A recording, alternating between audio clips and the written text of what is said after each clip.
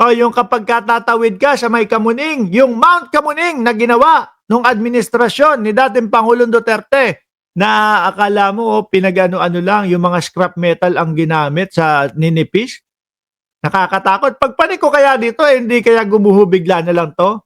Tapos pagpanik ko kaya dito, makababa pa kaya ako nito? Ngayon ho, mga kababayan, ano sabi? Galing po, ayan ha, uulitin ko, Robin Padilla. Ang source nitong balita na ito ay galing sa GMA News. Yung putrages na bidyong nilabas mo, hindi mo nga alam kung saan ang source niyan eh. Tapos sasabihin mo, may mga troll. Yung mga sumusuporta sa gobyerno, mga troll ang sumusuporta sa gobyerno. Sasabihin mo, mga nagpapakalat ng mga unverified. Ayan o.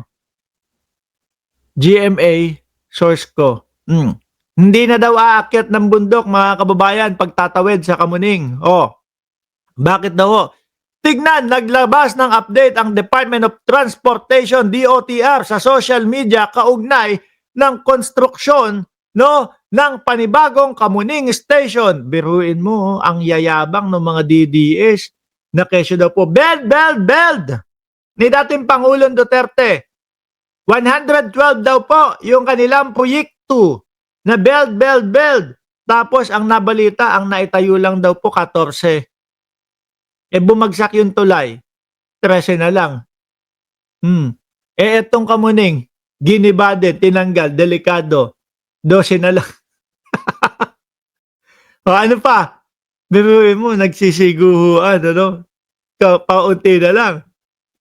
Naglabas ng update ang DOTR sa social media kaugnay ng konstruksyon ng panibagong Kamuning Station, busway at footbridge na papalit sa tinaguriang Mount Kamuning Footbridge at inaasahang mas magiging accessible sa publiko lalo na sa mga senior citizen. Ayan mga bossing. Ayan tingnan mo naman yung mga bakal. Dati mga bossing, kung makikita nyo, papanik ka dito, simula sulok. Nakikita nyo yung maliit na arrow ko? Yung pointers, papanik ka, simula sulok sa gilid, papanik.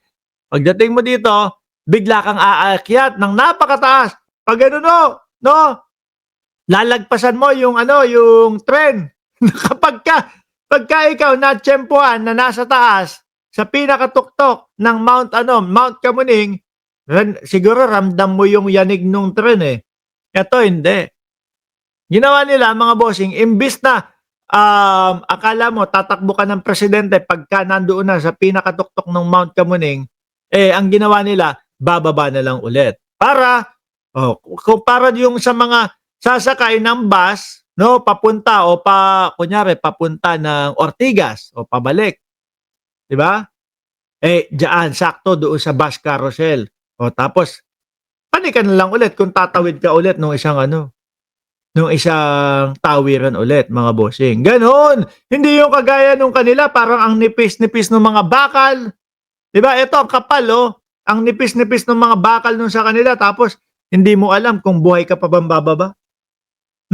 Ganyan ang gobyerno ni Pangulong Bongbong Marcos. At sa takot na din mga boss chipa mo, sir, nung mga kumakatkong doon sa mga sa pondo ng mga proyekto, dahil nga po nasisilip na at iniimbestigahan na po ng gobyerno, ayan, maganda na po yung mga ginagawang proyekto. Sabi ni Pulongges, mas malupit yung tulay ni Digonyo, bundok na aakyatin mo, di ba? Pakita natin yung plano nila, nako, ang ganda naman, Ayun yata yan, bababa ka dyan sa gitna, pwede ka sumakay doon sa bus carousel, tapos kapag tatawid ka pa doon sa kabila, panik ka lang ulit, Kesa na, ganda ng kakalabasan, Diba, panik ka dito, tawid doon, sakay ng bus. Kung hindi ka naman sasakay, panik ka ulit doon sa kabila, tapos tawid naman doon. Hindi na yung fly me to the moon na tayong pwedeng sabihin doon eh. Ang layo, ang taas. Nakakatakot.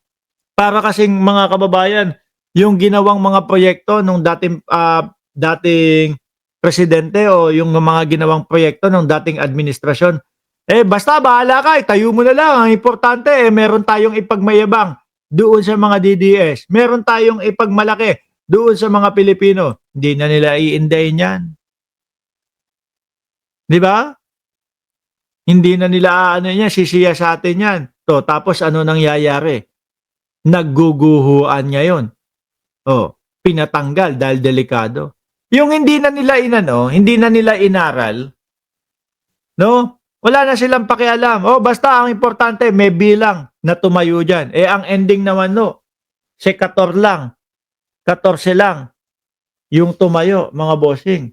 Ilan pa yung bumagsak, yung iba, ilan pa yung gumuhuho. Paano yun? Anak ng toko. Paggalaw mga DDS talaga, mga kababayan, wala, bara-bara. Kung ano-ano na lang. Di ba? Ay, nako. Kasi baka ang iniisip po, mga boss chipamos sir, paano kumikback, paano kikita, paano malalamanan yung kanilang bulsa. Baka yun yung iniisip. Tingnan nyo nga yung bilyar, ibinuo pa ng panibagong iimbestiga para lang ho sa kanila o para lang kay Mark Villar. 'Di ba? Dahil may mga nakikita na may mga conflict of interest yung mga naging proyekto. Sino ba naman ang hindi mag-iisip ng mga ganon? Ano yung ano nila? Ano yung negosyo nila? Bahay lupa. Ang style ho dyan, mga bossing, no? Hindi ko sinasabi na mga bilyar ito rekta, pero marami ang gumagawa nito. Style dyan, mga kababayan, bilhin natin yung isang bundok doon sa bundok ng tralala. Tagun-tago yun. No? Bibili isang bundok.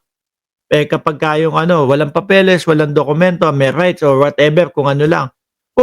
Bili na lang namin to, 600 per square meter. Bundok lang naman to. Wala naman dadaan ng mga sasakyan. Wala namang bibili nito eh. Di ba? Siyempre, siguro baka mahal pa yun. 400 per square meter, kabundukan naman to. Bayaran na. Magkano? Let's say 50 million. Ganyan, nabili. Ngayon, kung ikaw, yung nasa posisyon ni Mark Villar, example lang ho ito na secretary ng DPWH, padaanan ko kaya ng isang proyekto ko to. Itong bundok na ito, no? Para magkaroon. Tapos sabihin ko sa mamamayang Pilipino na, eto, magkakaroon na ng daanan o shortcut. Yung pala, ang pinaka intention mo, madaanan ng mga sasakyan yung binili mong bundok. Di ba? Ngayon, syempre, kapag nadadaanan na ng sasakyan, ngayon tatayuan mo ng subdivision. 15,000 per square meter na. Bakit to? Kasi dito, gagawan na po ng way yan, papunta dito, madadaanan na po ng sasakyan. Tapos, may mga tatayo na din pong mga mall dito, ganyan na yung sasabihin nila. Meron na din pong mga magaganda mga gusali na itatayo. Bakit? Paano mo nasabi yan? Kasi po, may madadaanan na ng sasakyan, magiging shortcut po yan, ganyan, etc. Hanggang sa yung 400 pesos na binili per square meters ay magkano na? 15 mil na. No, pag tinayuan na ng bahay, 5-6 na milyon. Yun yung mga tingin ko na iimbestigahan po, no, sa mga bilyar at mukhang madami po yan, mga bossing. Mukhang madami ho yan. Kaya ipinagtayo sila ng sariling mga mag-iimbestiga sa kanila ho, mga bossing. Anyway, mga kababayan, kailangan ko na magtrabaho. No?